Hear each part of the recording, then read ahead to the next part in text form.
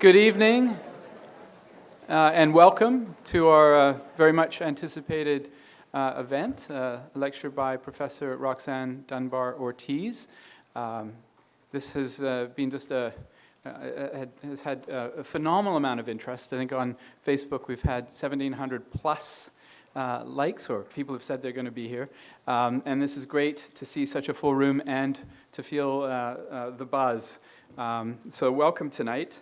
My name is Samir Gandesha, and I'm the director of the Institute for the Humanities. I'm also an associate professor in the Department of Humanities here at SFU. First off, I'd like to acknowledge that this event is taking place on the unceded territories of the Coast Salish people, the Squamish, Musqueam, and Tsleil-Waututh nations. And I would also like to introduce and invite a very good friend of mine to come up and do a traditional welcome in just 1 second. Before I go on then to say a few words about the Institute, and then also to introduce my colleague, Deanna Rader, Professor Deanna Rader from English and First Nations Studies, to introduce our speaker this evening.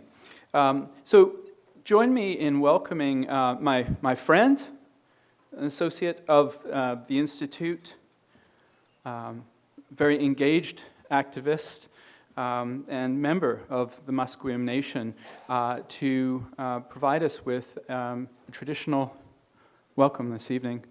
Please welcome Audrey Siegel.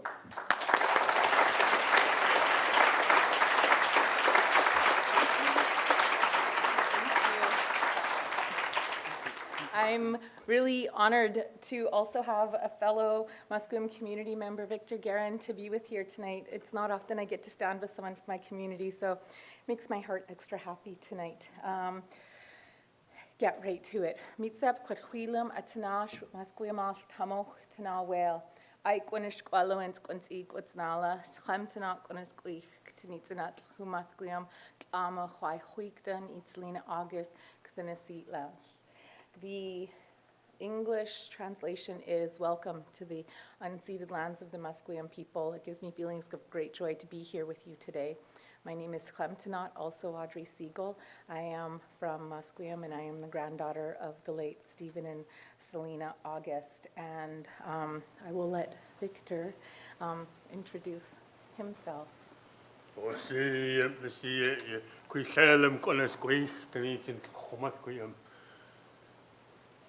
Silach I tomaat na sositla na man I kuiselum I mini Thomas na sositla na ten si ya I kon skwalo in kons ikotsnala tan kon si ya Perfect, but the Tomo Katana Siat La Quash, I on a squallowing, on equals now, I don't know, see, Ladies and gentlemen, friends and relatives, as you've heard, my name is Victor Guerin, ancestral name Quichalum. I'm descended from Victor, my namesake Guerin, and Gertrude Guerin on my father's side, and Francis Point and Minnie Thomas on my mother's side. Francis Point is my ancestral namesake, Quichalum. This evening you're gathered on our ancestral territory, and it gives me a good feeling in my heart to see all of you here. I see you. Thank you. I always love hearing Victor speak. Something that dawned on me today, I'm going to keep it short so we can do our best to stay on schedule. First, I would like to say hajka to Roxanne for taking the time to be here, for being the change since you were born, I'm guessing. Because I was saying earlier, there's something, I had a monumental shift in my tectonic plates, as I call them today. I was listening to a man on the radio. I'm terrible. I keep switching until I find something I like. And this man was interesting for more than a second or two, so I stayed on the radio. And he was saying about hope. And for me personally, as a First Nations woman, in Canada, hope has been a particularly dangerous word for me because, first of all, I'm not supposed to exist. And second of all, there is still ongoing battles and racism and genocide that we contend with as Canadians on a daily level, not just First Nations, but we are all aware of it now. And I'm sure everybody in this room feels it and cares and wants to be a part of the change so that we can all be, as they say, equal. And this man was talking about hope and how hope isn't just a feeling or a word. That hope actually becomes hope when it becomes an action. And I thought, oh, what, how, everything, I really had to pull over and process that because I wanted to grasp it. There was something in that I felt it, something inside of me like really shifted. And then I thought about it and I thought, for me, who has been terrified of the word hope my entire life, I have a new way to look at it. I asked my auntie 6 years ago, what is when I was learning our Hunkaminam language, what is our word for love? And she said, we don't have one. I said, how do you not have a word for love? And she said, love is an action, not a word. And I thought, this is another one of these action words. This is fascinating. So for me, the act of us all being here together, joining intentionally with our energies, with our thoughts, having open minds and open hearts, which my granny taught me is how we do good work. This is hope in action. We are creating not just change, but we are creating the hope that keeps that change moving forward. So I say to each of you, don't just keep hoping, keep acting.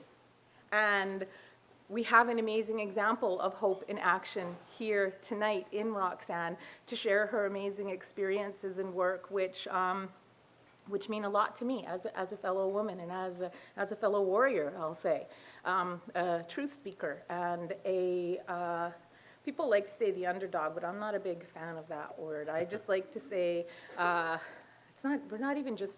we aren't the underdogs and we aren't just the oppressed. We are human beings who have been put in terrible situations. And when people shine their light on our truth so that people then can start to understand, it makes a big difference. So I say hi sepka to each of you for being here, for caring, for doing your good work every day, big or small. It does make a difference. And there is a reason we are all doing this. And I love Eddie Vedder, and one of my favorite lines is, better days, like better days for all. This is what I'm working towards. So again, I say haitsapka to each of you for being here, for caring, and for acting. And let's keep that hope alive by turning it into action. And let's start a hope movement. Because so many people like me are scared of hope and scared to believe, but we have no choice but to believe, because if we don't, we're already defeated, and I will not accept that. So, thank you. And we will finish with, is it a Rose Green song? Rose Green from Hutlami, one of our relatives. This is one of our honor songs, and we would like to finish the welcome and properly get the evening off on a good note by sharing this song with you.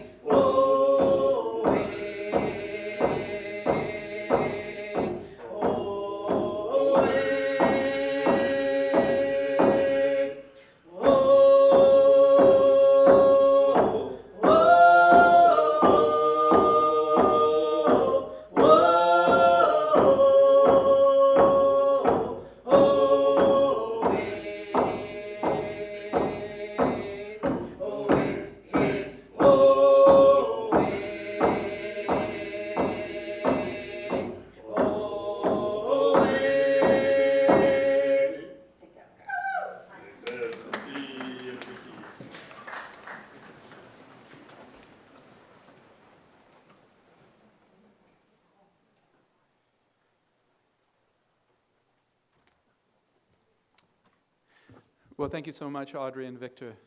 This is a wonderful welcoming. So I'd just like to say a couple of things about the Institute and then move on, of course, to the speaker that we're all waiting for. So the Institute has been around for just over 3 decades now, and its mission is to try and understand the critical political, social, economic, cultural issues of the day through the prism of the humanistic tradition, the Western humanistic tradition. People are, however, rightfully confused at why an Institute for the Humanities organizes kinds of critical events such as the one that we are hosting right now, insofar as the Institute is geared really to the Western tradition. And the Western tradition itself seems quite complicit in the very history, it seems, of settler colonialism that Professor Dunbar-Ortiz will be telling us about in just a few minutes. So this is a bit of a conundrum. Well, I think the key thing to bear in mind is that the Western tradition itself is deeply contradictory. There are elements within it which no doubt have historically supported and continue to support Eurocentrism, inequality, and the very liberal ideology of progress that has effectively erased the very existence of Indigenous people from world history. For example, John Locke is a key figure in the Western humanistic tradition. I'm a political theorist, and often political theorists have to teach courses that run from Plato to NATO, and John Locke is a key figure in that particular lineage. His writings on epistemology and liberal social contract theory, and as Professor Dunbar-Ortiz shows, he's a key figure. So Locke is a key figure in articulating a justification for colonialism through his very understanding of property and his idea of terra nullius. At the same time, however, there exists something like a counter-tradition within the Western tradition more generally. And that has elaborated a powerful critique of colonization, of domination and exploitation.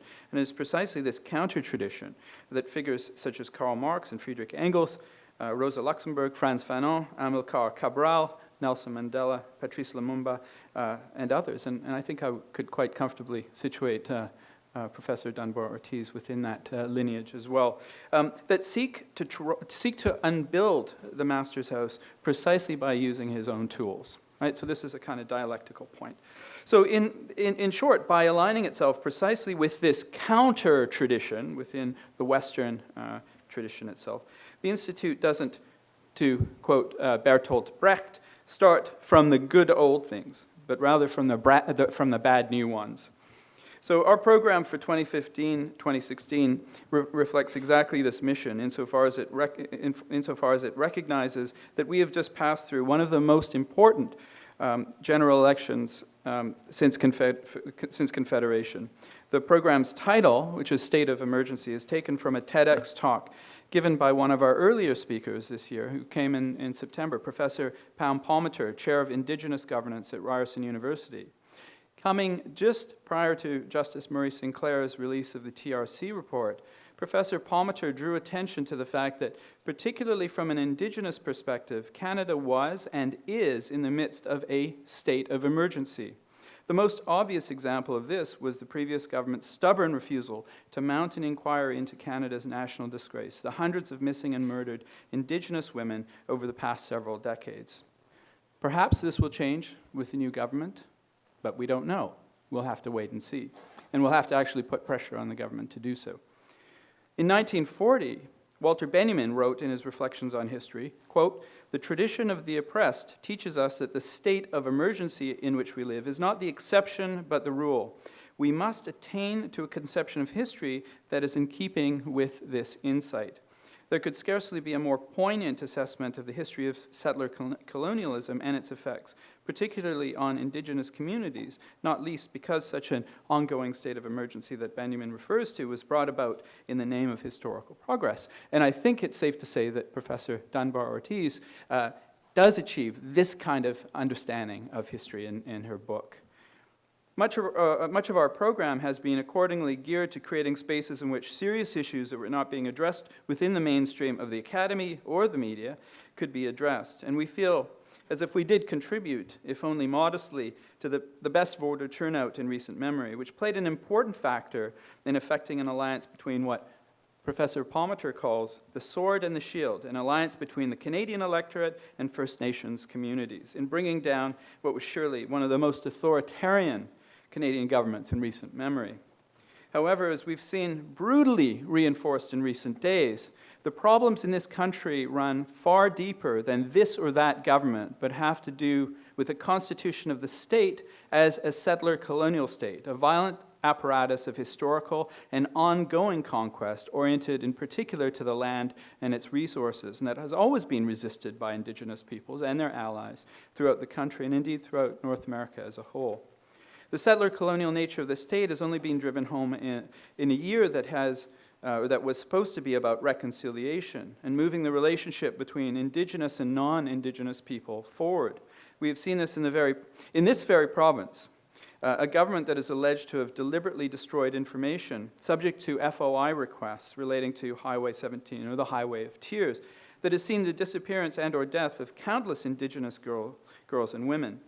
3 years ago, investigations revealed the RCMP systemically abusing Indigenous people in northern BC, and now, most recently, just in the last couple of days, in a province that has sought to impose a charter of values presumably to protect Muslim women from patriarchal domination, at least eight members of the Sûreté Québec suspended and placed under investigation by the Montreal police, which is questionable, obviously, for sexually assaulting Indigenous women. This is, of course, against a backdrop of a political landscape in which it is strictly verboten by all major political parties to make any kind of mention of the settler colonial policies and practices of the Israeli state, whose prime minister, by the way, has incredibly just blamed the Palestinians for the Holocaust, if you can believe it. This is itself oddly reminiscent of the head of the Quebec Police Union, who has just expressed worries that the police might be being scapegoated by Indigenous communities who are bringing forward allegations against the SQ. Here's a familiar case of the victim being construed as the aggressor. The key point is that the parallels between the two state forms are becoming harder and harder to deny. In a recent interview published in Salon magazine with UCLA historian and longtime editor of the New Left Review, Perry Anderson, about his new book on American foreign policy, we were reminded of the manner in which U.S. history can be understood through the lens of either exceptionalism or universalism. The first asserts the founding of the United States as a kind of covenant with God. Much of the discussion in Professor Dunbar-Ortiz's book is taken up with this. The second asserts that this model could be taken as a universal model that should be emulated and indeed pushed globally. Incidentally, Perry Anderson seemingly has little to say about the colonial conquests of indigenous land as part of the early history of the Republic, and this is surprising for someone who is otherwise rightly considered to be one of the most influential living radical historians. And one of the many considerable virtues of Professor Dunbar-Ortiz's book is that it shows how the two views are intimately related. That is, the exceptionalism of U.S. democracy comes to be exported in the Western Hemisphere first as part of manifest destiny in the 19th century, and then globally after the Second World War. The internal colonization that happens through the 19th century in the push westward from the Atlantic to the Pacific serves as the model for the expansion of the U.S. state and capital globally in search of markets and resources.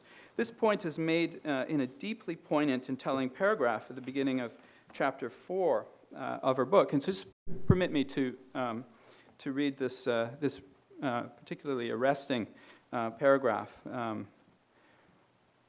Within days of the assassination of Osama bin Laden on May 2nd, 2011, it was revealed that the Navy SEAL team executing the mission had used the code name Geronimo for its target. A May 4th report in the New York Daily News commented, quote, along with the unseen pictures of Osama bin Laden's corpse and questions about what Pakistan knew, intelligence officials' reasons for dubbing the Al-Qaeda boss Geronimo remain one of the biggest mysteries of the Black Ops mission, end quote. The choice of that code name was not a mystery to the military, which also uses the term Indian country to designate enemy territory and identifies its killing machines and operations with such names as UH-1B/C Iroquois, OH/58D Kiowa, OV-1 Mohawk, OH-6 Cayuse, AH-64 Apache, S58/H-34 Choctaw, UH-60 Blackhawk, Thunderbird, and Rolling Thunder. The last of these is a military name given to the relentless carpet bombing of Vietnam peasants in the mid-1960s. There are many other current and recent examples of the persistence of colonialist and imperialist sensibilities at the core of a military grounded in wars against the indigenous nations and communities of North America.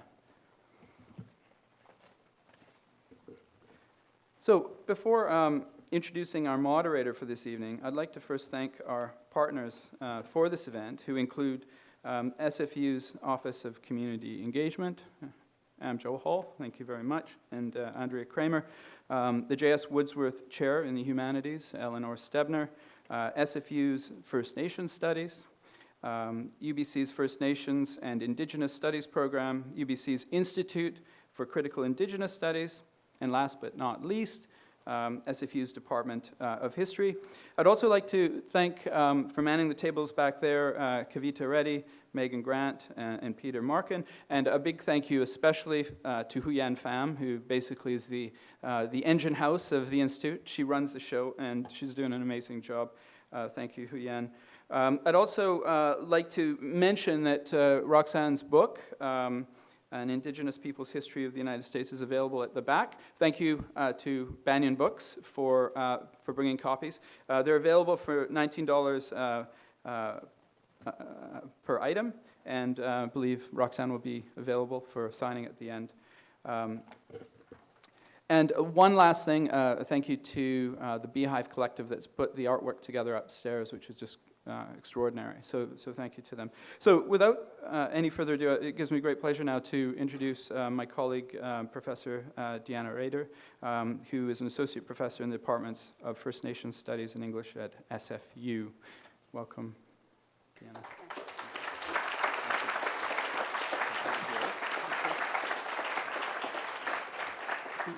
Nia Deanna Rader, Nia Apitokustan, Isqueo, Kinanaskitin to the people whose lands we are on, the traditional and unceded territories. What an honor it is to be here to introduce Roxanne Dunbar-Ortiz, who grew up in rural Oklahoma, the daughter of a tenant farmer and part Indian mother. She has been active in the international Indigenous movement for more than 4 decades, knowing some of the people in this audience 4 decades ago, and is known for her lifelong commitment to national and international social justice issues.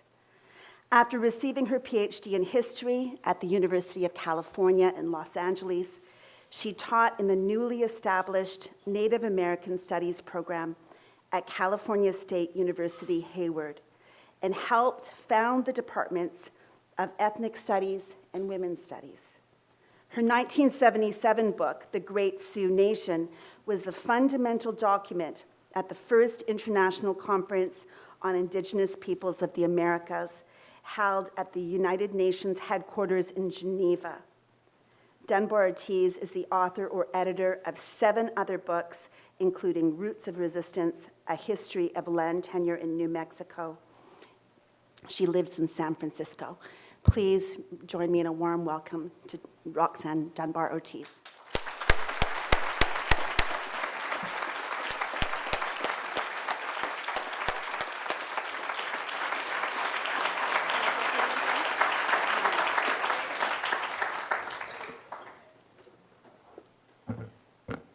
Wow, there are a lot of people here. Thank you all for coming out. And I'm so grateful to the Institute for Humanities for inviting me, and Huyen for working everything out, and of course Samir. and all the other co-sponsors. I would like to recognize an important person who in my life, and I think for Native people of Canada, Ray Bob, we met in the mid-70s, and Lee Miracle and others who were, we had a San Francisco, Vancouver relationship in a study group. So Ray is very important. Also, one of the people I dedicate this book to, I dedicate it to Vine Deloria Jr. And Jack Forbes, both great Native historian, Jack Forbes, both have passed away. And also the late Howard Adams was Métis from Saskatchewan. And I have to attribute to Howard the germ of this idea for this book, An Indigenous Peoples' History of the United States, because his book was Prison of Grass, A Native History of Canada. So I think that was so it's something that's kind of been lost through the generations, but I recommend all of you read that wonderful book, and then somebody do a new Indigenous Peoples' History of Canada, because I think that is much needed. And I don't pretend myself to be any kind of expert on Canada, so I'll mainly be referring to the United States, but also to so many things applied to North America in general, and I'm sure you will make the connections. But first I want to give my thanks and gratitude to the Coast Salish, the Muscogee, the Tsleil-Waututh, and Suquamish peoples in this unceded, ancestral, and traditional territories. Whenever I come here, I feel the strength, just as all the way down to down the coast and up. There's just something very specially powerful and preserved and dynamic, bringing the tradition together with modern resistance that benefits humanity, not just all Indigenous peoples. So what I'm not, I've taken this from the book, but at the end I'll read a small passage, but it's also something I've just worked up for you, especially here.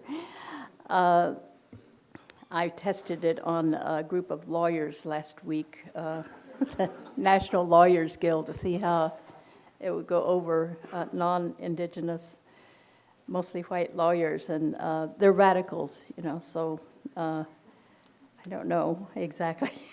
The questions weren't that great. So I know I'm sure it will be better tonight. And we will have Q&A, so do be thinking of your questions and comments. I don't at all mind comments and instead of a question, as some people do. What's the question? What's the question? I don't do that. I'm trying to put my stopwatch on here, so I don't. Well, so I titled this Settler-Colonialism and Genocidal Policies in North America. But as I say, I mainly concentrate on the United States.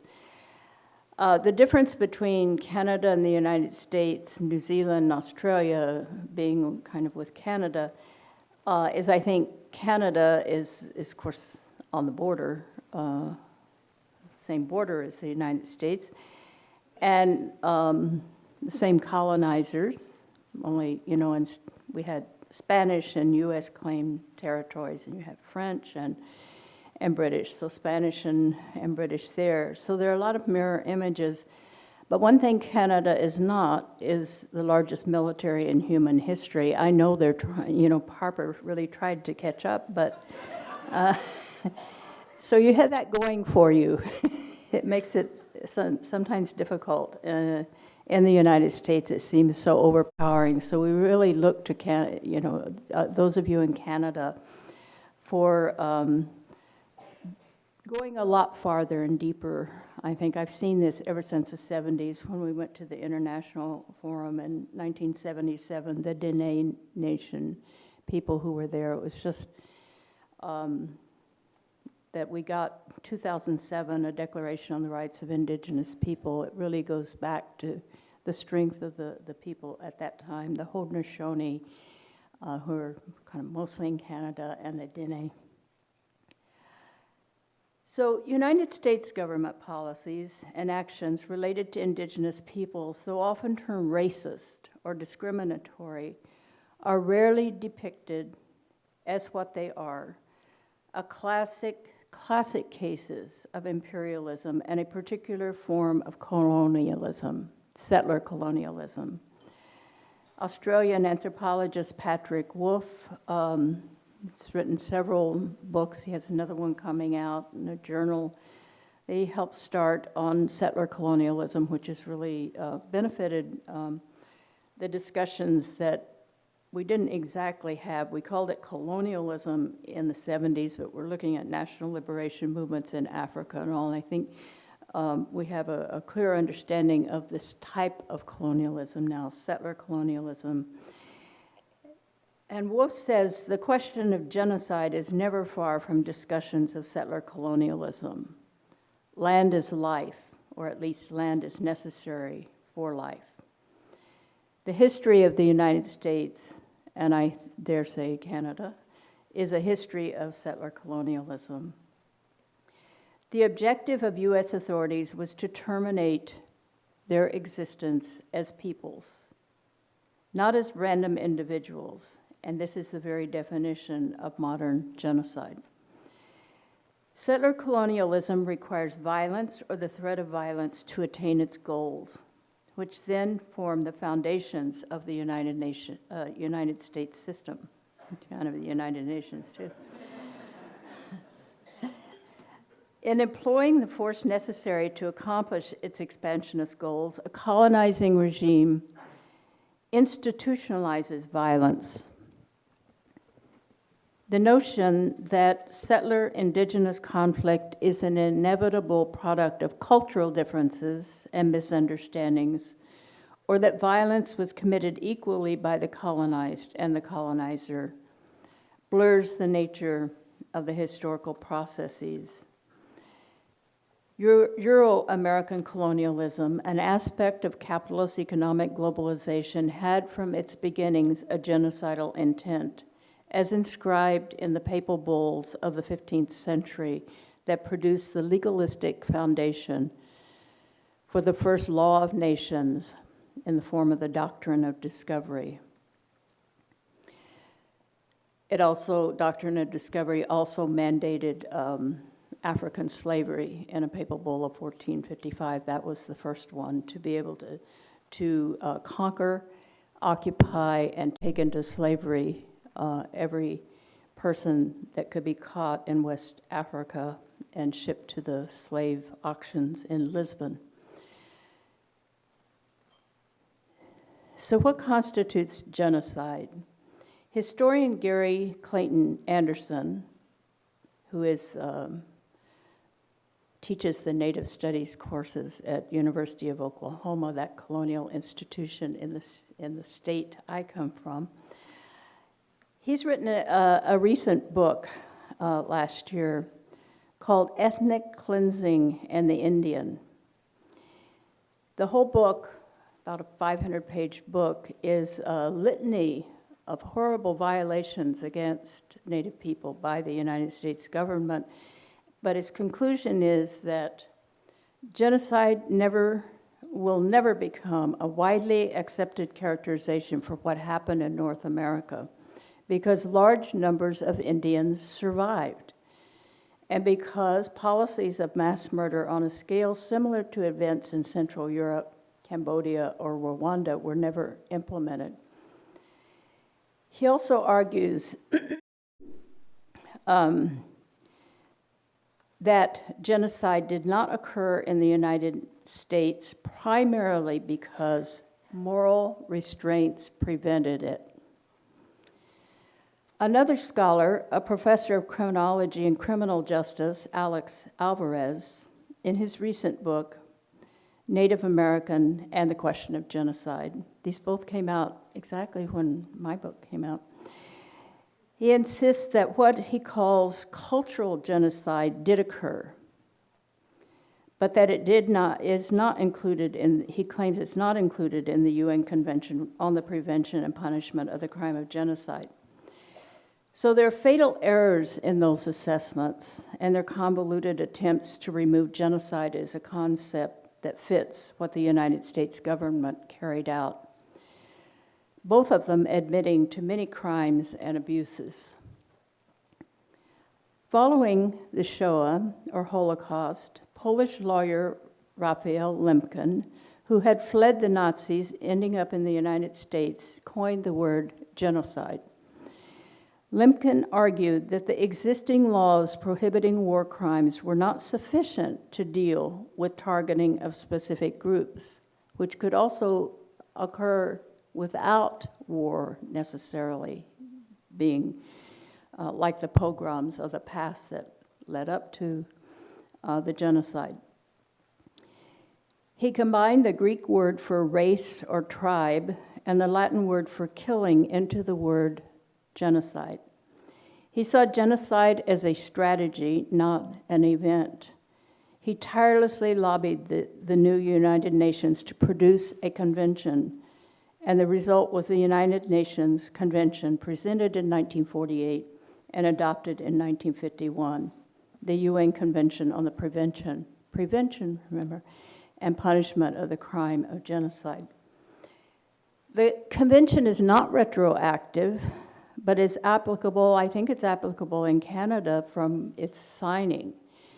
But it's only applicable in the United States since 1988, when the US Senate finally ratified it 40 years after its writing.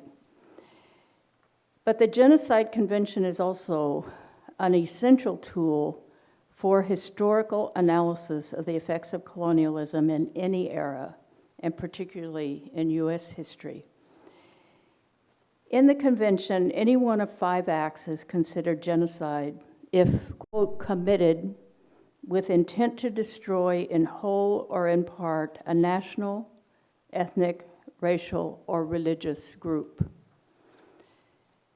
And these include 5 specifics, but any one of them can be genocide, can be judged to be genocide. So one is obviously killing members of the group, but actually in theory, the Genocide Convention could apply even if no one is killed physically. Because the next one is causing serious bodily or mental harm to members of the group. I don't know why Mr. Alvarez didn't see the cultural in that, what is already in this treaty. Another is deliberately inflicting on the group conditions of life calculated to bring about its physical destruction in whole or in part. Another is imposing measures intended to prevent births within the group. And finally, forcibly transferring children of the group to another group. So that's the exact language of it's a very simple treaty. Anyone can go read it online. So the following acts are punishment. One act is punishable, yes, genocide. But there's also conspiracy to commit genocide, direct and public incitement to commit genocide, attempt to commit genocide, and complicity in genocide. So the term genocide is often incorrectly used, such as in Dr. Anderson and Dr. Alvarez's statements, their assessments, to describe extreme examples of mass murder, the death of vast numbers of people, just the worst thing that ever happened, as for instance in Cambodia.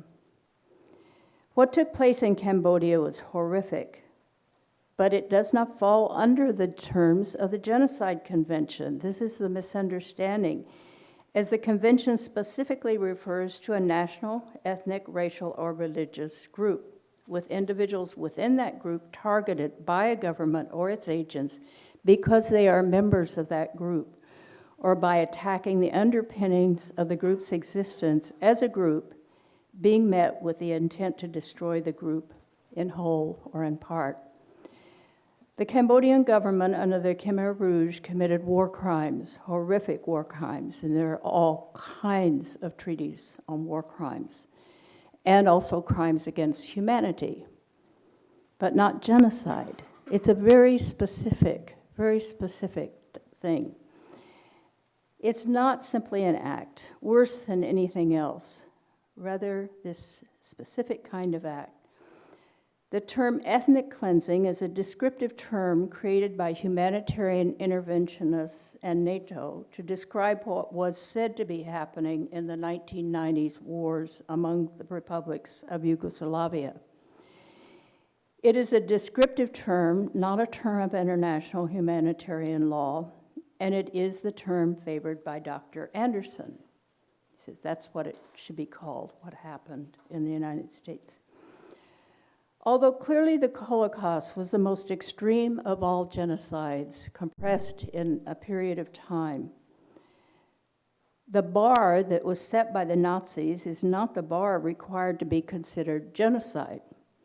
The title of the Genocide Convention is the Convention on the Prevention and Punishment of the Crime of Genocide. That means before it even happens, what is leading up to that is this extraction, is this making existence unlikely another generation for some peoples. And you can think of a lot of incidents. So it's preemptive. It needs to be preemptive, not just a punishment when it takes place. That's, what happened to the Jews and the Gypsies. All these persecutions have been taking place ever since the rise of Christendom. But it led to something so that should not happen again. And most importantly, genocide certainly does not have to be complete to be considered genocide. That's ridiculous. Saying there were too many Indians left, 10% of the original population, is really ludicrous. I guess that means you have to follow the logic and say, well, there was really no genocide against Jews because too many Jews survived. No one would say that. U.S. history and its role in the world today, as well as generational indigenous trauma, cannot be understood without dealing with genocide that the United States committed against indigenous peoples. From the colonial period through the founding of the United States and continuing in the 20th century, this has entailed torture, sexual abuse, massacres, systematic military occupations, removals of indigenous peoples from their ancestral territories, forced removal of Native American children to military-like boarding schools, allotment, and a policy of termination in 1953. Within the logic of settler-colonialism, genocide was the inherent overall policy of the United States from its founding. But there are also specific documented policies of genocide on the part of U.S. administrations that can be identified in at least 4 distinct periods. And I would encourage you, researchers, students, and historians and legal specialists to look into Canada, some of these things, because I think they're probably more glaring in the United States, but that doesn't mean they're not just as justified being under the Genocide Convention. So These four distinct periods that I've identified, it might not be everyone's list, but for sure, we'd have to look at the Jacksonian era of forced removal of all of the Native people east of the Mississippi, all of whom were farmers, and one of the 7 sites of the rise of agricultural civilizations to make way for plantation, agriculture worked by slaves that built the U.S. economy. Another is the California Gold Rush in Northern California, which is, there are books written, several books written that call this extermination, a policy of extermination. Sort of like Tasmania, the hunting for Native people to kill them and wiping them out. Another is during the Civil War, which rarely gets mentioned, the Sand Creek Massacre, the removal of the Navajo Nation to a desert place where half the population died of starvation, malnutrition, and exposure. And that was during the Civil War. And then afterwards, the post-Civil War era, led by those generals, those Union generals who were very advanced in counterinsurgency from way back, the Indians, but also not to defend the Confederacy, but is mostly attacking people in their homes and fields in the South that the war took place. It didn't take place in the North. So another are the so-called, the Indian Wars and through the Great Plains. So this goes up to the massacre at Wounded Knee in 1890. By the way, that massacre, with more than 300 refugees, starving Lakota refugees in the middle of South Dakota winter, were trying to turn themselves in to the Pine Ridge Agency, to the feds, so the people could eat, because it's mostly women and children, elderly men left. So they were surrounded by Custer's Old Cavalry, the 7th Cavalry, and shot like a turkey shoot, laying dead in the snow. For that, 20 Congressional Medals of Honor were given out to the soldiers who did this. They've never been retracted. And in the military annals, it's not called a massacre, it's called a battle. And in the column win or loss, it's a win. So you see, this is now.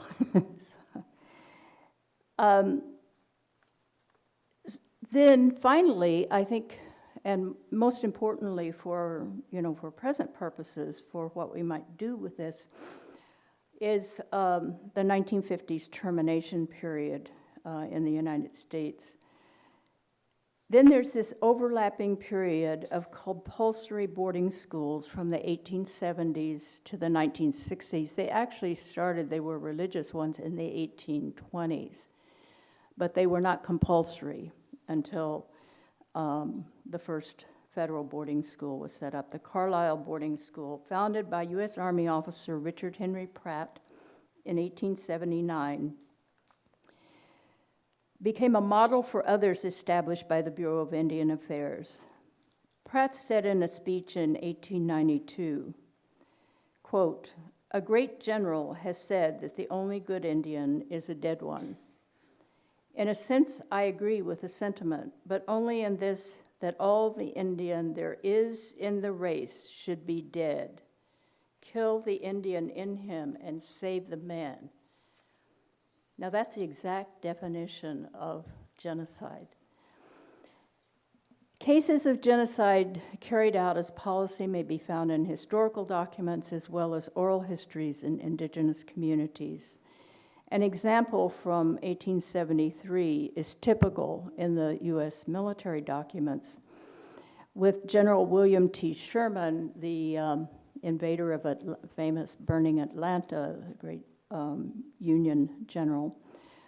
And he's now in the West, the head of the whole Army of the West, which is like 6 of the 7 divisions of the U.S. Army after the Civil War moved out into the West, the Northern Plains and the Southwest. He said in 1873, "We must act with vindictive earnestness against the Sioux, even to their extermination, men, women, and children. During an assault, the soldiers cannot pause to distinguish between male and female, or even discriminate as to age."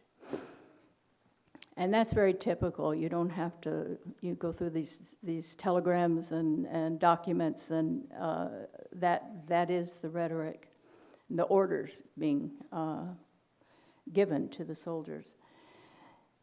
So the Indian Wars, so-called, in U.S. history annals, carried out by settler militias of the colonies, continued during the decade of the War of Secession from Britain and after, technically ending around 1880, although the Wounded Knee massacre occurred a decade later.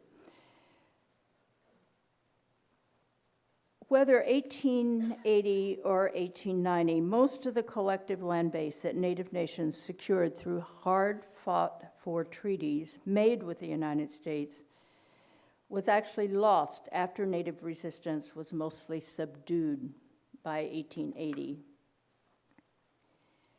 After the end of the wars came allotment in the 1880s, another policy of genocide of Native nations, as peoples, the dissolution of the group. And in Oklahoma, where I came from, is all allotted. Everything was allotted. There was oil there, so it became oil allotments. And most of the other reservations. By the time of the New Deal, John Collier era, John Collier was an advocate of Indigenous peoples' rights. He had worked with people in the Pacific. There were a lot of lefties in Roosevelt's cabinet, I think under that saying of keep your friends close, but keep your enemies closer. I think it was a little manipulation of many of them that we should think about. So what he designed and implemented, and he certainly did consult with some Native peoples, particularly Taos Pueblo, of what could be done to reverse the situation of disappearance. Because literally, Native people were going to disappear if things continued with such impoverishment, isolation, and lack of any kind of secure land base. So the end result was the Indian Reorganization Act, which immediately ended allotment, but it didn't restore the lands that were allotted. But at that time, non-Indians outnumbered Indians on reservations 3-1. And land restitution or compensation was not mandated. It did mandate the government should take affirmative action to purchase any land, private land that in that former territory to restore it to the nation. But that's still the law, but the federal government does not initiate it, so it's very expensive, and then it has to get put into trust once it's bought, buying it and then putting it into trust. So it's a very complicated and expensive procedure. And for the majority of Native nations, the Indian Reorganization Act proved harmful and divisive because many, like Taos, which actually didn't in the end ratify it, and the Navajo Nation didn't either, the Hopi did, because they were controlled by a Mormon faction, and they're very traditional. Very few people spoke English. So where there were strong traditional governments, these new governments of people who could speak English, often not even their native language, taking over the governing. So this is really what the Wounded Knee 1973 was about, was the Indian Reorganization Act and the oppressive tribal government there.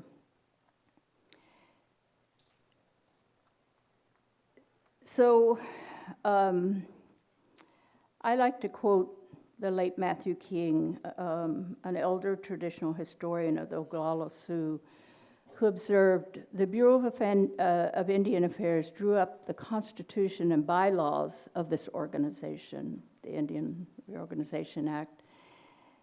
This was the introduction of home rule.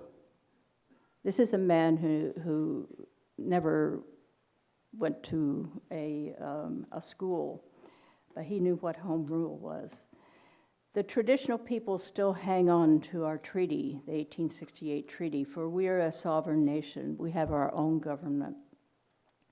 Home rule, or neocolonialism, proved a short-lived policy, however, for in the early 1950s, the United States developed its termination policy, and that's what they called it, termination, the Termination Act.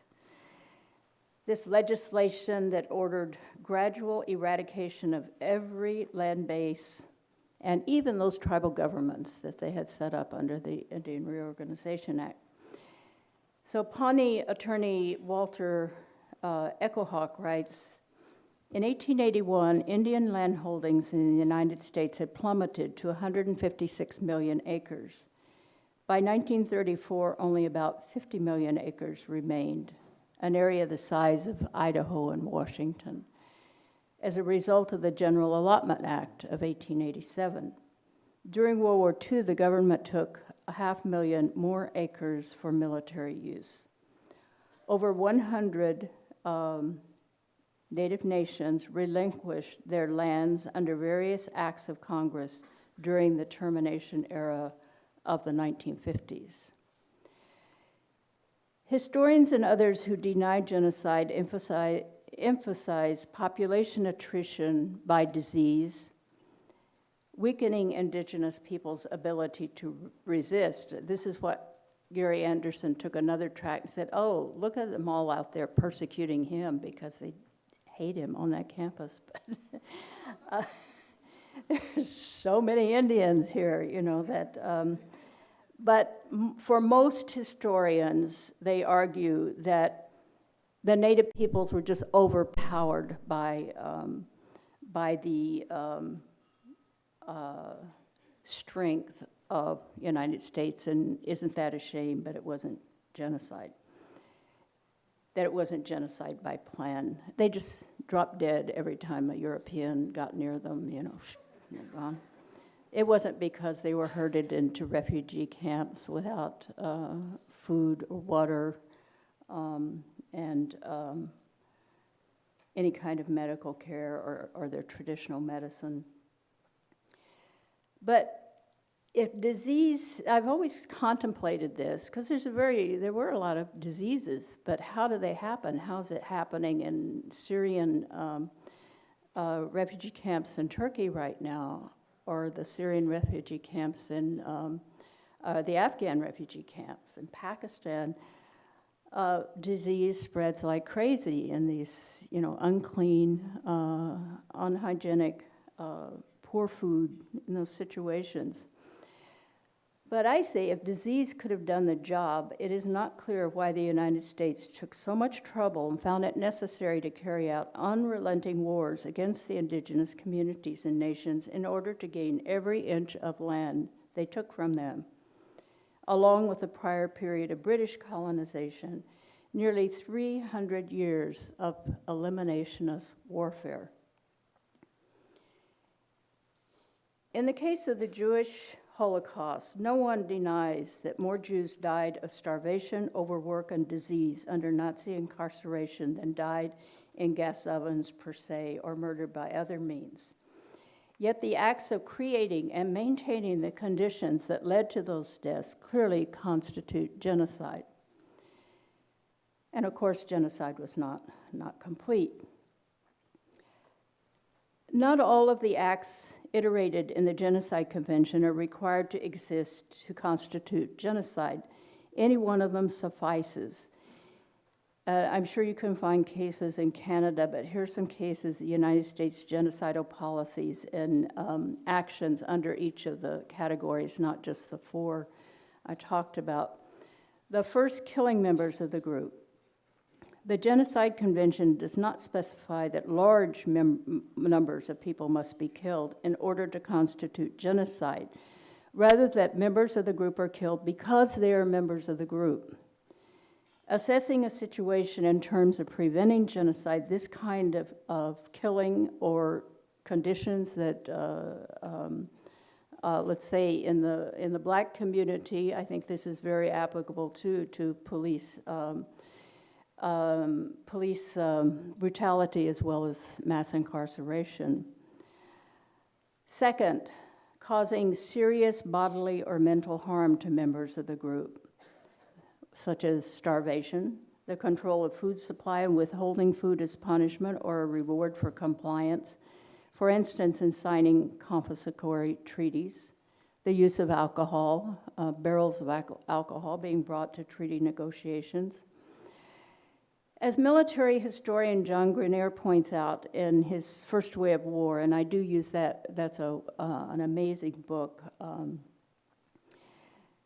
he wrote, for the first 200 years of he says, our military heritage, he's a commander in the U.S. Air Force and has a doctorate in history and teaches at the Air Force College, and I was shocked that, of course, no one in the world has read this book but me. Hopefully other people. I mean, it's out there. You can get it on Amazon.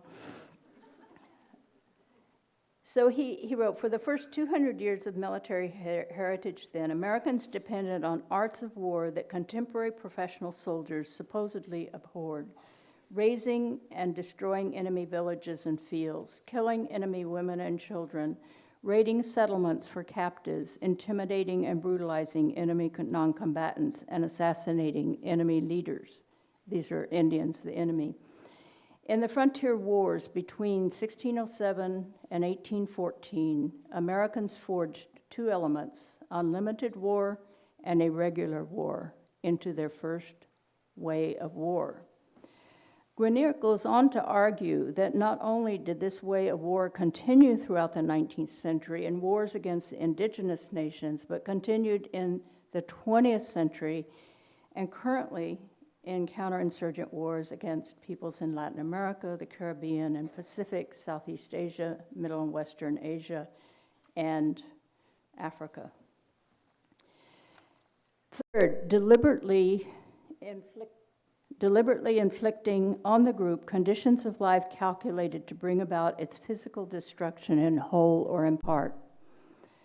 Forced removal of all the indigenous nations east of the Mississippi to Indian Territory during the Jackson administration was clearly a calculated policy intent on destroying these people's ties to their original homelands and knowing exactly what that meant, as well as declaring Native people who did not remove to no longer be Muskogee, Sauk, Kickapoo, Choctaw, but destroying the existence of up to half of each nation removed.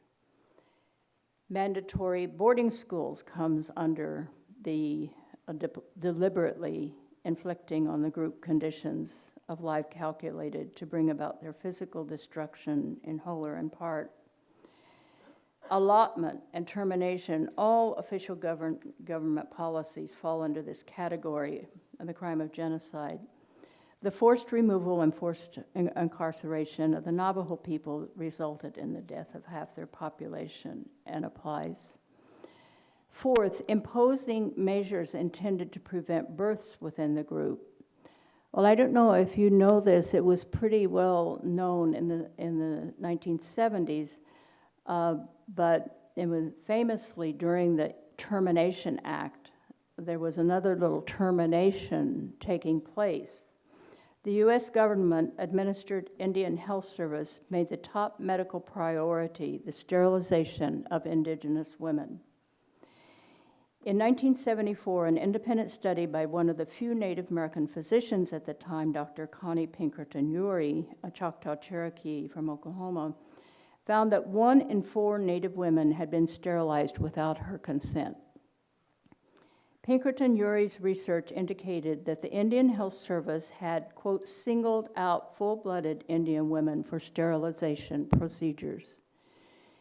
At first denied by the Indian Health Service, 2 years later, a study by the U.S. General Accounting Office found that 4 of the 12 Indian Health Service regions sterilized 3,406 Native women without their permission between 1973 and 1976, in a 3-year period of time. They also found that 36 women under the age of 21 had been forcibly sterilized during this period, despite a court-ordered moratorium on sterilization of women younger than 21. And I remember watching finally the press conference, because this was beginning to be, this was the height of Red Power when this was happening, and people were really protesting this, that it was continuing. And so the head of the health service, Indian Health Service, came on national TV, and he said, "We're really sorry, but this is the cure for poverty. Poverty means too many people." That's what they were using in India at the time. The sterilization, also in Brazil, to eradicate poverty. So they did stop then, but he admitted that it was the number one priority of the Indian Health Service. Their number one health issue was to make sure Native women weren't having so many children. So 5th, forcibly transferring children of the group to another group. Various government entities, mostly municipalities, counties, and states, routinely removed Native children from their families and put them up for adoption. In the Native resistance movements of the 1960s and 1970s, the demand to stop this practice was codified in the Indian Child Welfare Act of 1978. And that act said that no Native child, anywhere in the country, in any urban area, anywhere, but identified Native child could be adopted outside their own family or clan or simply their nation. Say the mother's dead and there are no relatives, then the nation itself. And then by that time, there's certainly not going to be any adoptions out. But the legislation provided no financial resources for Native governments to establish infrastructure to retrieve children from the adoption industry, in which ghoulishly Indian babies were in high demand. After U.S. wars, it really is ghoulish, but they had these Operation Baby lists, the Korean babies and the Japanese, the Vietnamese babies. It's that possession thing, but it's especially strong about Indian children. So despite these barriers to enforcement, the worst abuses, the word had gotten around, and they had been curbed in the following 3 decades. But on June 25th, 2013, the U.S. Supreme Court, in a 5-4 ruling drafted by Justice Samuel Alito, used provisions of the Indian Child Welfare Act to say that a child widely known as baby Veronica did not have to live with her biological Cherokee father. The High Court's decision paved the way for Matt and Melanie Capobianco the adopted parents to ask the South Carolina courts, where they're from, to have the child returned to them. The court gutted the purpose and intent of the Indian Child Welfare Act, missing the concept behind it, the protection of the cultural resource and treasure that are Native children, not about protecting so-called traditional or nuclear families, the Cherokee father. It's about recognizing the prevalence of extended families and culture. So why does the Genocide Convention matter? Since it's controversial and since there's so many misinterpretations, why use it? Why not just say ethnic cleansing? Well, it's not just history that predates the 1948 Genocide Convention or the U.S. signing of it in 1988. But the history is important and needs to be widely aired, including public school texts and public service announcements, because it's linked to what is the situation right now. The doctrine of discovery is still the law of the land in the United States. From the 15th century to the 20th century, most of the non-European world was colonized under the doctrine of discovery, one of the first principles of international law that Christian European monarchies promulgated to legitimize investigating, mapping, and claiming lands belonging to peoples outside of Europe. It originated in a papal bull issued in 1455 that permitted the Portuguese monarchy to seize West Africa for slave raiding, initiating the Atlantic slave trade. Following Columbus's infamous exploratory voyage in 1492, sponsored by the king and queen of the infant Spanish state, another papal bull had extended similar permission to Spain in the Western Hemisphere. Disputes between the Portuguese and Spanish monarchies led to the papal-initiated Treaty of Tordesillas of 1494, which, besides dividing the globe equally between the two Iberian empires, clarified that only non-Christian lands fell under the doctrine of discovery. This doctrine, on which all European states and Euro-American, upon which they relied, originated in this arbitrary and unilateral establishment of the Iberian monarchy's exclusive rights under Christian canon law to take anything they wanted. But it wasn't just monarchies. It can't be said just to be a medieval relic just because it happened in the 15th century. The French Republic used, after its revolution, used this legalistic instrument for its 19th and 20th century settler-colonialist projects, which continue in the Caribbean and the Pacific, as did the newly independent United States when it continued the colonization of North America begun by the British and continues to hold island colonies in the Caribbean and Pacific as well. In 1792, not long after the founding of the United States, Thomas Jefferson, who was then Secretary of State before he was president, claimed that the doctrine of discovery developed by European states was international law applicable to the new U.S. government as well. And then in 1823, the U.S. Supreme Court issued a decision in a Cherokee case, Johnson versus McIntosh, and writing for the majority, Chief Justice Marshall held that the doctrine of discovery had been an established principle of European law and English law in effect in Britain's North American colonies, and was also the law of the United States. So it's very interesting, the conceit is always that the United States broke away as this little scrabble, poor little colonies and made a complete break from Britain, but they kept their international law for colonizing. So this court, John Marshall's Supreme Court, defined the exclusive property rights that a European country acquired by dint of discovery. Discovery gave title to the government, this is his language, by whose subjects or by whose authority it was made, against all other European governments, forget about the people inside it, which title might be consummated by possession. So this is like possession means warfare to take it. So he did say, the court, and in 2 other cases, came up with this domestic dependent nations.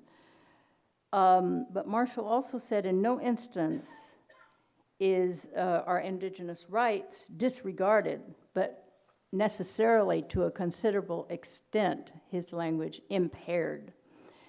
The court further held that indigenous rights to complete sovereignty as independent states were necessarily diminished. Indigenous peoples could continue to live on the land at the grace of the government, but the title resided in the discovering power, the United States. The decision concluded that Native nations were domestic dependent nations. So that is still the law. As recently as 2009, I think it was, there was another Supreme Court decision in a Cayuga, Oneida case, land case, in which the doctrine of discovery and those decisions from 1820s were used to deny the Oneidas their claim. So the doctrine of discovery is so taken for granted in this settler society. It's also in effect here. You don't have the legislation that goes along with it, but it's assumed in the treatment of the property rights.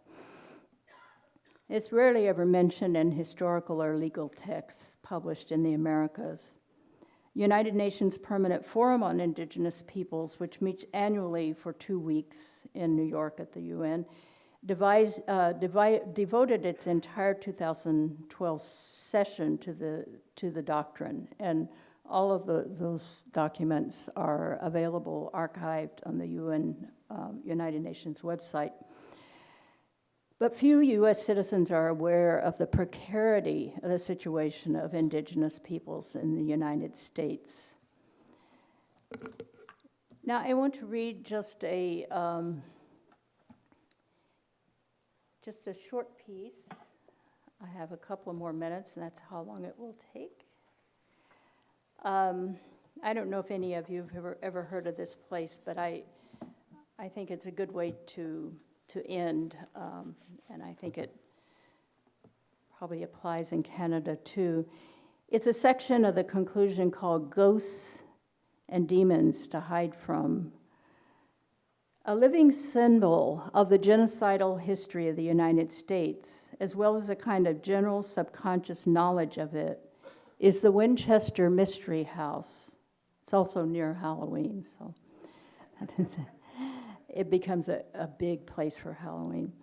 It's a tourist site in the Santa Clara Silicon Valley of Northern California, 50 miles south of San Francisco. It is billed as a ghost house on billboards that start appearing, as far as I know, maybe in Vancouver, but certainly in Seattle, all the way down the coast, and in the south from San Diego all the way up. Big signs, visit, and has ghoulish kind of figures and ghosts on the billboards.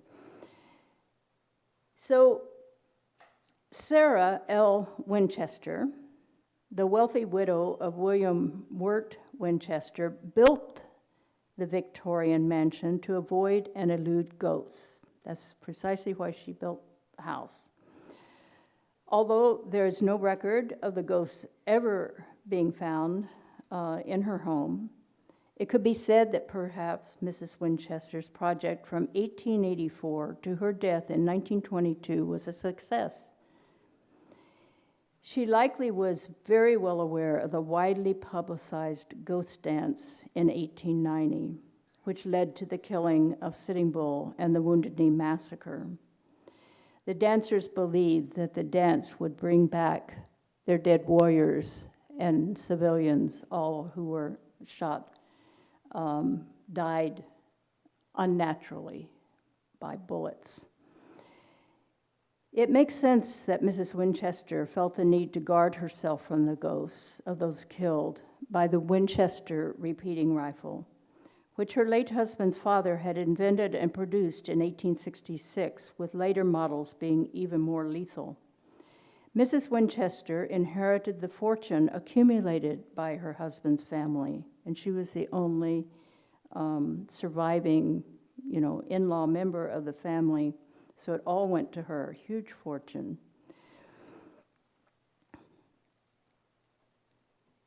There was only one major purchaser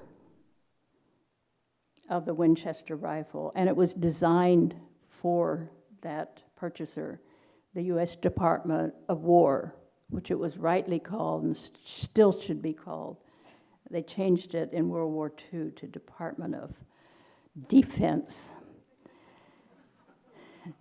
The chief reason for the War Department's purchases of the rifle in great quantities was one purpose: to kill Indians. The rifle was a technological innovation designed especially for the U.S. Army's campaigns against the Plains Indians following the Civil War. It's sort of like the M16 rifle in Vietnam, and even now the M16 that was the Winchester at that time, up until World War II and the wars. The Winchester house, that they call a mystery house, amazes all who tour it. There are 5 floors, more or less, since they are staggered. It's hard to tell. Each room in itself appears normal, more or less,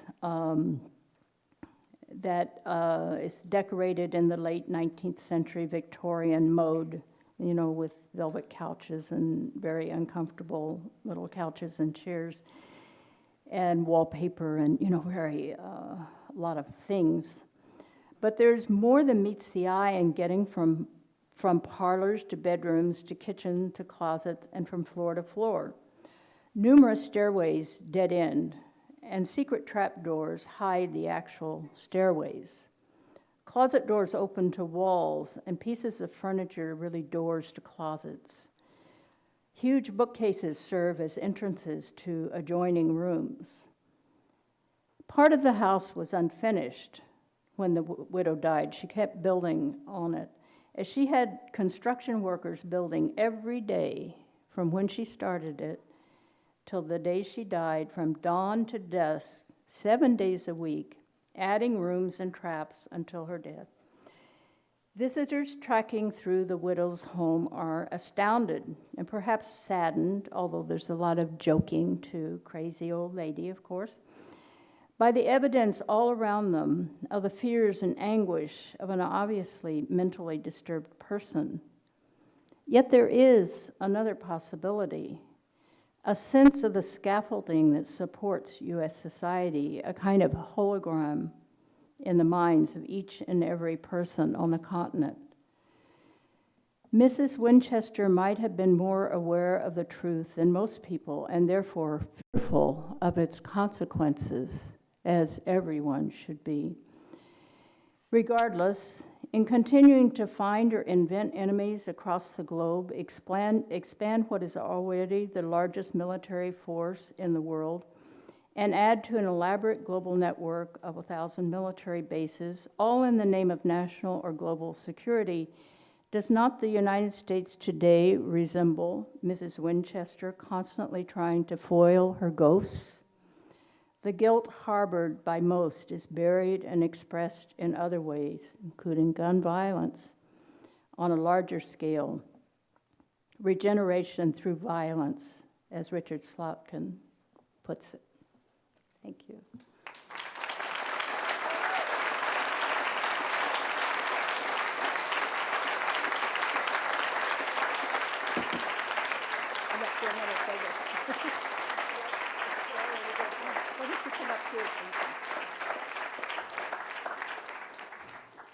So we do have a microphone here, and I'm happy to keep my eye open for hands in the audience.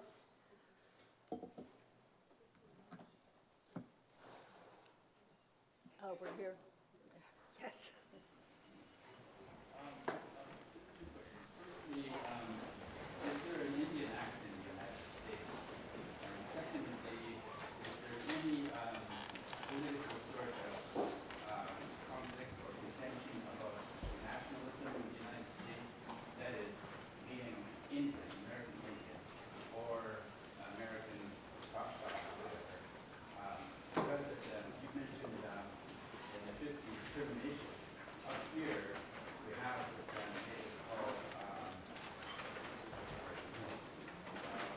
anyway, the objective at this time of major policy is to do acts through treaties. And in this treaty, they recognize villages, small numbers of people as nations. And the purpose of calling them nations, of course, treaties are made between nations, definition. But the objective is to do away with Indians in terms of being Indian under the Indian Act. I subscribe to Indians as a people in the country, as opposed to like Stoll, for instance, being my allegiance to. And I'm just very interested because this is happening in our country today. They deny that they're doing this. But you mentioned some sort of attack having to do with termination policy in the 50s. And here in 1973, we have the comprehensive land-based policy. And in this policy, which governs all of the treaties, it's not negotiable to separate the people in the community from the Indian Act. Thank you, Ray. Yeah, I think there are similarities, and I don't think termination in the United States came at, I'm sure there was Cold War hysteria in Canada as well, but you certainly had not anything like the United States, where two people were executed, burned alive, for being communists. And the blacklisting, this was enunciated in Congress when they were discussing termination, that these were communistic societies within the United States that had to be done away with. And the allotment back in the 1880s, before communism, the word, was really prevalent in the United States, there was just a socialist, a kind of democratic socialist, sort of like Bernie Sanders, named Henry George, who wanted everyone to get along and for there to be no war and to share things. And Dawes, the senator who designed the Allotment Act, his specific reason for doing it was that Native people were socialistic, like Henry George. It was that system, and they can never achieve civilization unless they learn the value of selfishness. It reminds you of that Wall Street movie, greed is good, I have a subsection called that. But I think that was very specific to the United States, and it's, this disease of anti-communism, which didn't go away with the end of, the Soviet Union. It still pervades everything. So that I think is different, but I think the intent of the Canadian government it always seems more subtle to those of us in the United States because it's such a blunt instrument in the United States. They're getting slicker about, I think they're looking at Canada, seeing how are they doing things. The main thing in the United States, this whole neoliberal force that's very attractive to the U.S. American psyche is privatization of everything, doing away with all government, municipal, every kind of government, and privatizing everything. And they're privatizing the universities by making every faculty person an endowed, by the way, University of Oklahoma, the Chair of Native American Studies is the Coca-Cola Chair of Native American Studies. I'm not kidding. Or else it wouldn't be there, So anyway, I think the real fear now, and we're reading, these right-wing think tanks just churn out so much stuff, and it's so deadly to read. But we've been trying to keep up with it, and some of it they keep kind of secret, so it's not always easy to get hold of it. But it is very clear that they're starting plans for proposing to what they call the tribes, tribal governments, to become corporations, like they were able to do in Alaska when the Alaskan Native people and Indians and Inuits were not that well organized to fight the Alaska Native Claims Act. So that basically making the citizens of a native nation stockholders in a corporation. And then the land would be their private property. And in that way, they would just become good, enterprises. And they would get investments from wealthy people and so forth. So this is the main, it's not the first time they've tried that. They tried red capitalism, it was called, in the 60s. And they were pushing it, and that kind of fell apart because they built all these factories on in native nations, like the Navajo. The Fairchild is a military contract.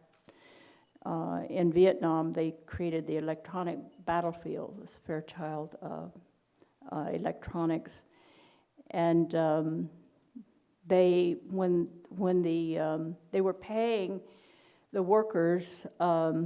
They weren't paying the workers. The federal government was paying the workers the first 3 months of training. So they were paid, but they were paid by the feds.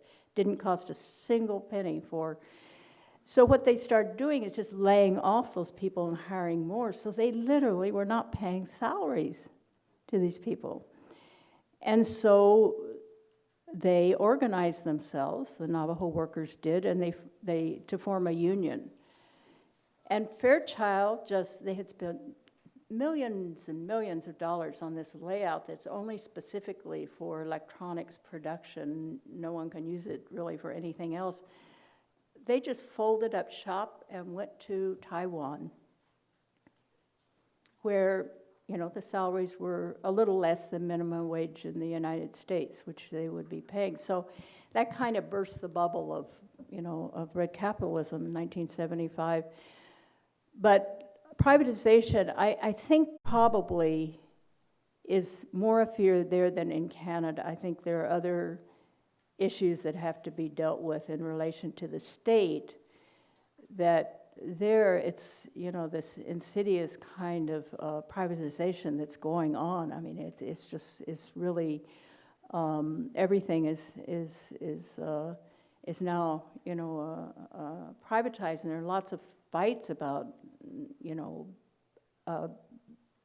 Airbnb and Uber and all these things, but it's kind of a losing proposition. Yes. Wow. So you have to be a chameleon.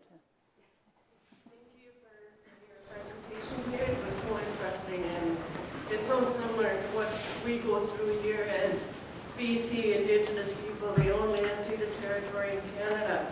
And we fought for our land and our rights, our family and our children, our grandmothers, and it still feels so endless today. But I feel like I have to speak out, because what you've been saying about the United States, Indigenous people, is just exactly what's going on here in BC. Never mind the rest of Canada, but right here in BC is the only unceded territory. And I fought for my land and my rights and my people for 60 years now, and I'll be 63 in the next few days.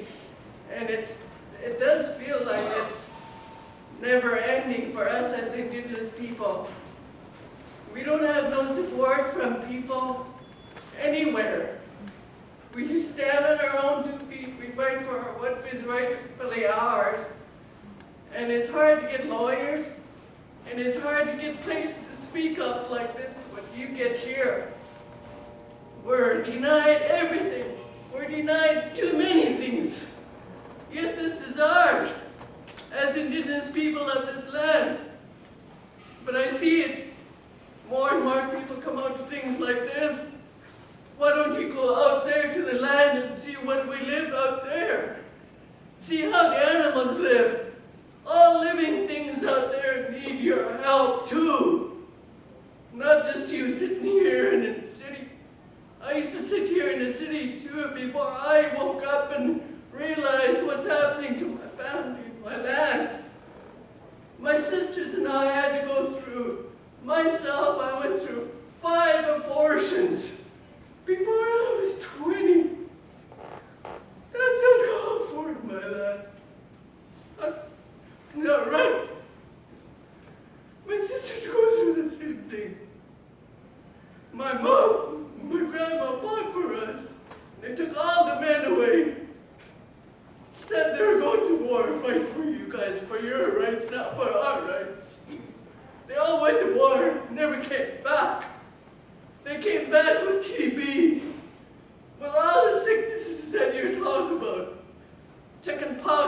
TB, cancers. It's endless. Before that, we were all healthy.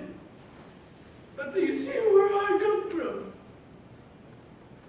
Police brutality is endless against us as Indigenous people that stand up for our rights, stand up for our land.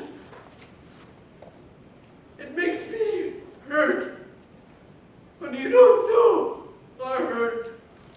You don't care to listen to us. What happened to us? What happened to the people that whose land you guys all sit on? Many of our people suffered. We buried many. I buried my whole family in the last 30 years. Just because I'm speaking out like this. Because I want to make it right for me, my children, and your children, your grandchildren. But I really fight for my own kids' rights. And no one speaks up for them. I have a voice deep inside of me and in my heart. I want this to be known. This is genocide, what's happened to us. What is happening to us. And it's gotta be ended sometime now. The change has to happen now. Not only for the way you lived, the way you treated my land here in Burns Lake, BC, our water, our air, and you don't care. Time you started caring because it's not going to be there very long. It didn't last us long to lose it all to you. How much longer are you going to sit there on your butts and do nothing but listen? I'm scared. I'm scared what's going to happen in the future because I see what happened in the last 50 years with us as Indigenous people of this land. I buried too many men. Too many, and I see too many buried in his family too. We are the traditional people of this land. We are the real people of this land. You don't see us very often. You don't hear us very often. But it's time you did. It's history right here. We're history. And we're so lucky to be alive today, even though we got beaten up by so many policemen in our 60 years. Yes, So many. thank you. Now it's time for a change, and if you want change, it's you gonna make the change now. Because we need change. They're all suffering, all living things, the fish, the bears, the coyotes, us as Indigenous people, we shouldn't have to suffer. Time we all stood together. Right. Thank you. Thank you. Thank you for yours. Thank you.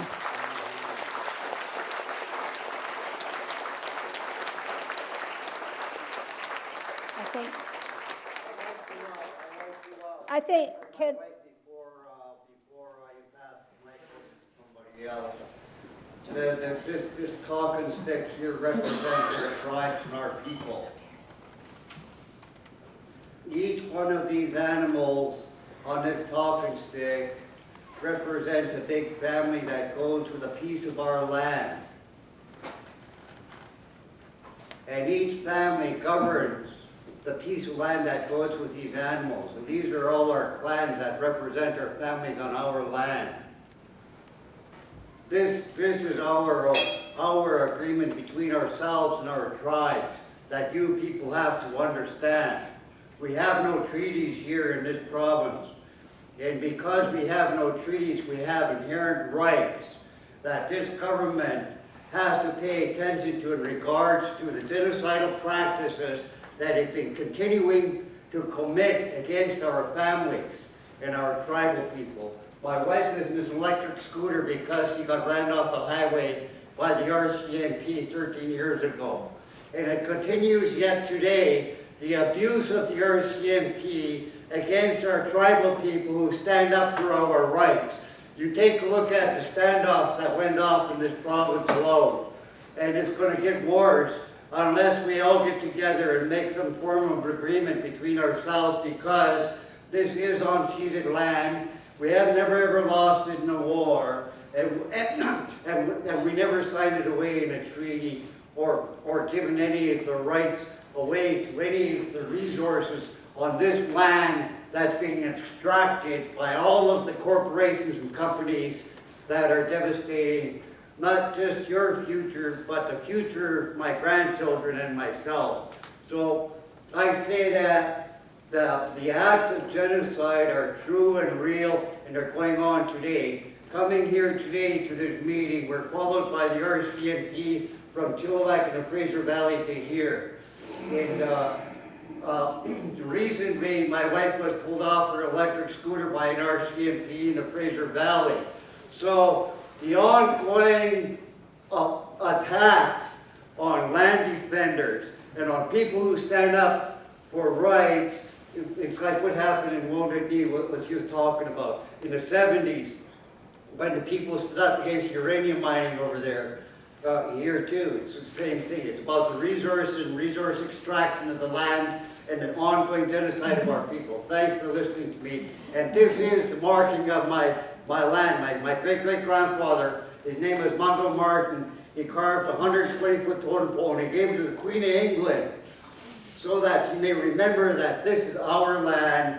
And there's a copy of that pole down here by the planetarium in Vancouver to remind us that that totem pole marks the territories of the lands that we come from, and I carry our land markers around with us because it reminds me every day that I have a struggle, and my struggle is to educate you people. Thanks for listening. Thanks for coming in.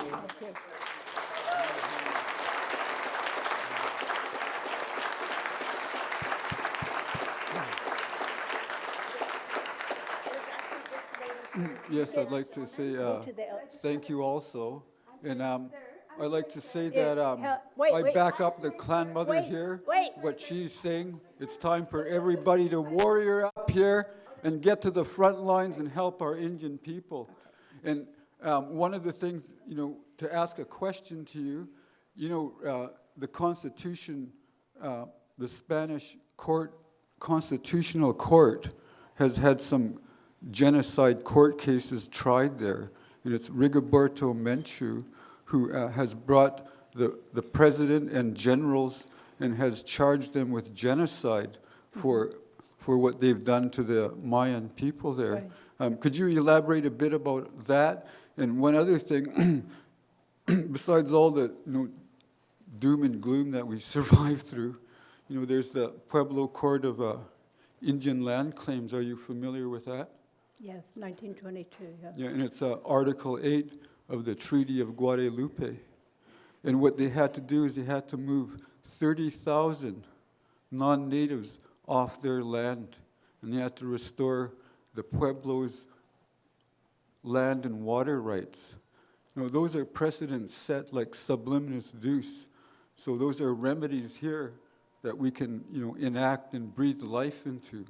So could you elaborate a bit about maybe those three things to, besides all the doom and gloom, there is a good papal bull, subliminus deus.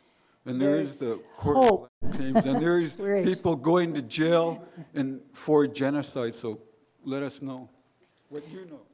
Yes, I think, if I had longer to speak, I would definitely, when I talk about genocide, I want to emphasize that there's something else, a kind of trapdoor when you talk about genocide. I think it's really important that we establish it and not let the knee-jerk reaction be, yes, that was terrible, but let's move on.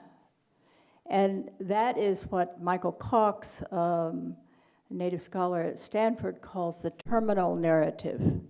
There's always this terminal narrative. When are the Indians going to die off? When are they going to be gone? So it's still elimination. It's in the subconscious of every settler. Why don't they just disappear? It's unresolvable because it's unresolvable until there's some justice done. Thank you. Yeah. I would like to know when John Kennedy was in power, or Jimmy Carter. I'm not hearing you. Can you talk into the microphone? Just put it down there. Can you hear me now?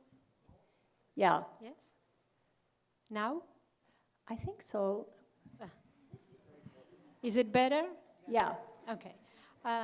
When John Kennedy was in power, or Jimmy Carter, and now Barack Obama, has any one of the three have done something to support or to implement legislation to stop or to defend, to support them? Thank you for that question, because maybe, there's hope here now that, and congratulations for getting rid of Mr. Harper.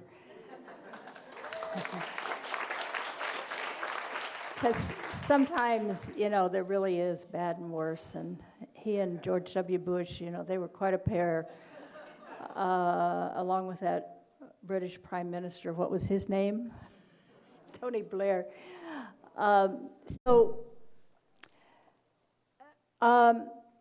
There's tremendous support that's been sustained, especially for people on the land, Native people on the land, the reservations. I do believe that Barack Obama immediately brought in some of the best, and I think not really just for keeping the enemy close, but really listening to them.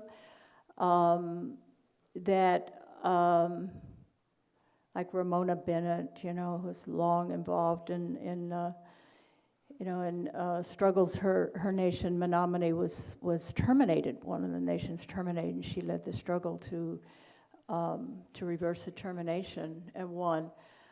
So they are also White House staff. They're not under the Department of the Interior, these advisors. And of course, the Department of Interior houses the Bureau of Indian Affairs, and he's had very good heads of the Bureau of Indian Affairs.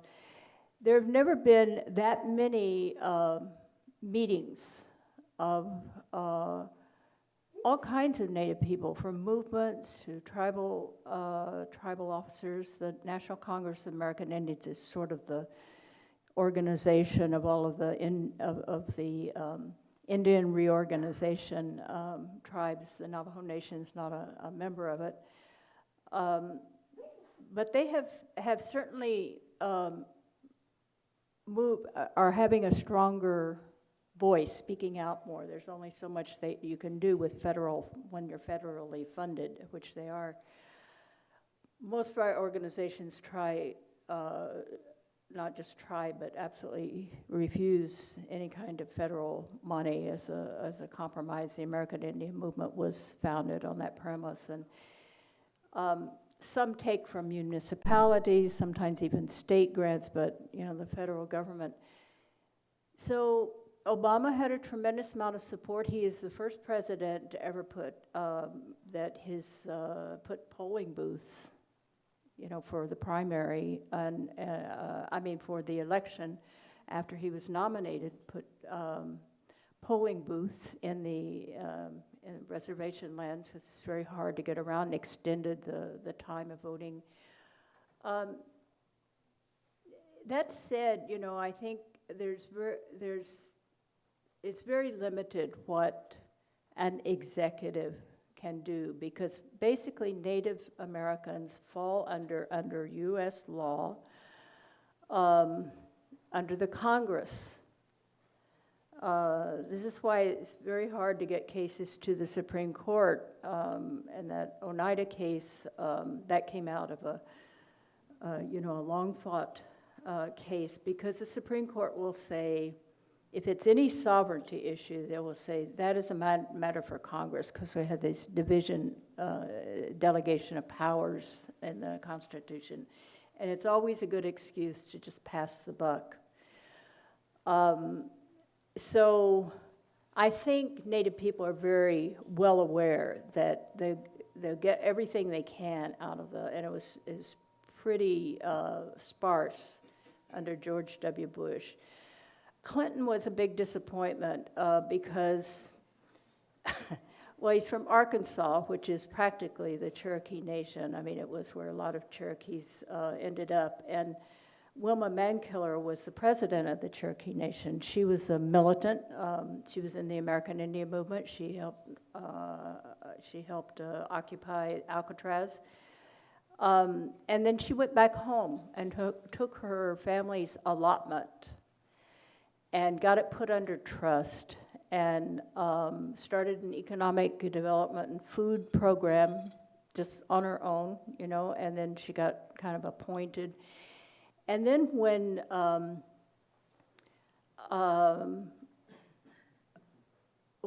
Clinton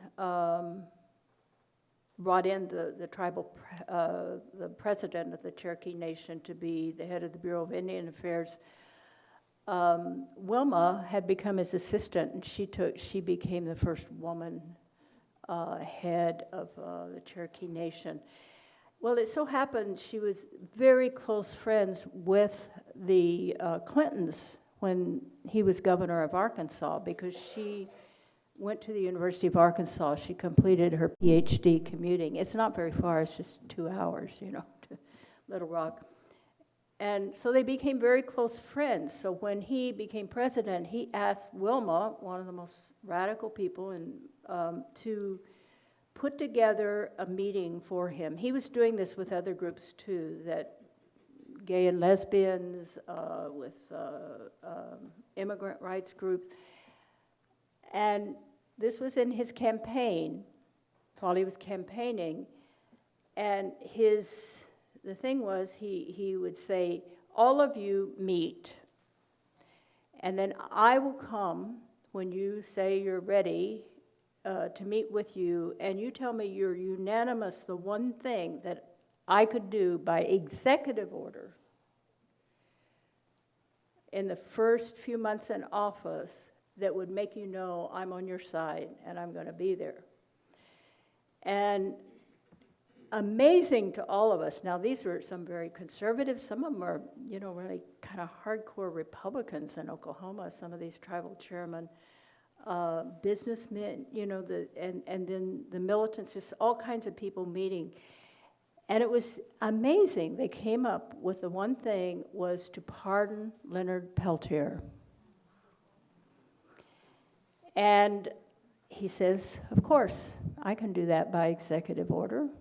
They gave him all the materials and everything to look at. And I believe he fully intended to do it. But these things kind of started falling apart, you know, for gays and lesbians. They said, it's not my favorite demand, but that gays in the military, you know, I mean, it is right, but it's kind of disgusting to think of anyone in the U.S. military, but women now in combat, great rights we've won. But the Army is often the driver of reform, you know, being the main institution in the United States from its birth. So they asked for, you know, they got don't ask, don't tell under Clinton, not gays in the military. He backed off. Well, with Leonard, year after year went by, and I think he didn't know what he was getting into FBI, COINTELPRO stuff. But on his last, when he was going out of office in 1999, he was, you know, that December, well, it was actually 2000, after the election, after the strange appointment of George W. Bush by the Supreme Court, he was no longer beholden to anything, and he gave the signal to Wilma and to others that he was going to pardon Leonard. It was on his list. And lo and behold, the FBI sent 300 of their special, what do they call it? Special agents? That's their title, special agents, with placards. Don't free the cop killer. on the White House lawn demonstrating against the President of the United States. You think that's not a threat? They kill people, you know. So he didn't pardon Leonard. But we keep hoping. The only hope now is, you know, is that is presidential pardon, because everything is so hard to fight. The FBI has the J. Edgar Hoover building of the FBI. He's still their hero, even though he's proven to be insane and corrupt and dangerous. They've only had, besides those 2 FBI agents killed at Pine Ridge, something like 12 or 13 of their special agents have ever been killed in action. And they're all lined up, their pictures are lined up as you enter the FBI building as martyrs. They have martyrs under them.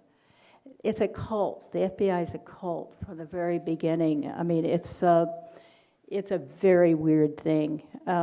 And it's, you know, has pretty much no controls over it. So I think that, I really think that Clinton thought he was the boss, but he learned differently, as did many other presidents before him, to keep his mouth shut about certain things. And you do not, someone has to pay for an FBI agent being killed. And they've got Leonard, and they'll never let him go.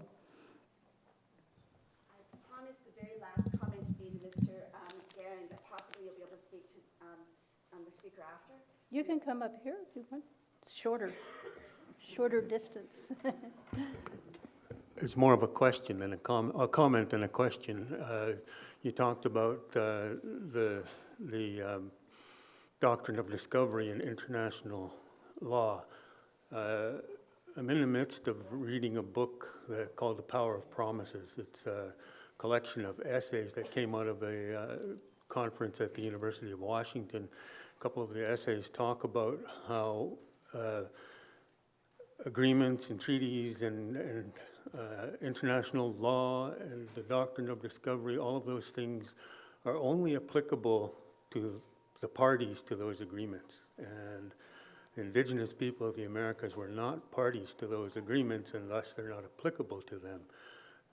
And now, in contemporary time, and this is, of course, in addition to what my brothers over there on the other side of the room talked about earlier. And what's happening contemporarily, most people in BC are aware of the BC treaty process, and one of the primary objectives of the BC treaty process is to get us to sign away our Indigenous title. And I've been advocating for our people to resist that if the provincial and federal crowns will not abandon that objective, then the BC treaty process should be abandoned by our people. The Indigenous title is not ours to sign away. It doesn't belong to us. It belongs to our children and their children and those yet to be born. And that's my comment. And just to close off, I think I'd like to share a bit of humor that comes from, you talked about Vine Deloria. In his book, Custer Died for Your Sins, he wrote a series of what he called jokes from Indian country. He says that just before Custer left for the Little Bighorn, he told the people at the Bureau of Indian Affairs, "Don't do anything until I get back," and they're still waiting. I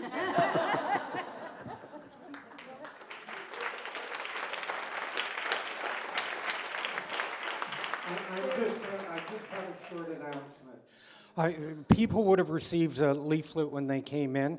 It's about a program on November 27th at the Harbor Center on stolen land, First Nations, Palestinians in the front line of resistance. And it's featuring Dr. Robert Lovelace, who was on the Free Gaza boat twice and has been very active. Also Glenn Coulthard from UBC. So I hope we'll see a lot of people at that. Thank you. If everyone could please join me in thanking Dr. Dunbar-Ortiz.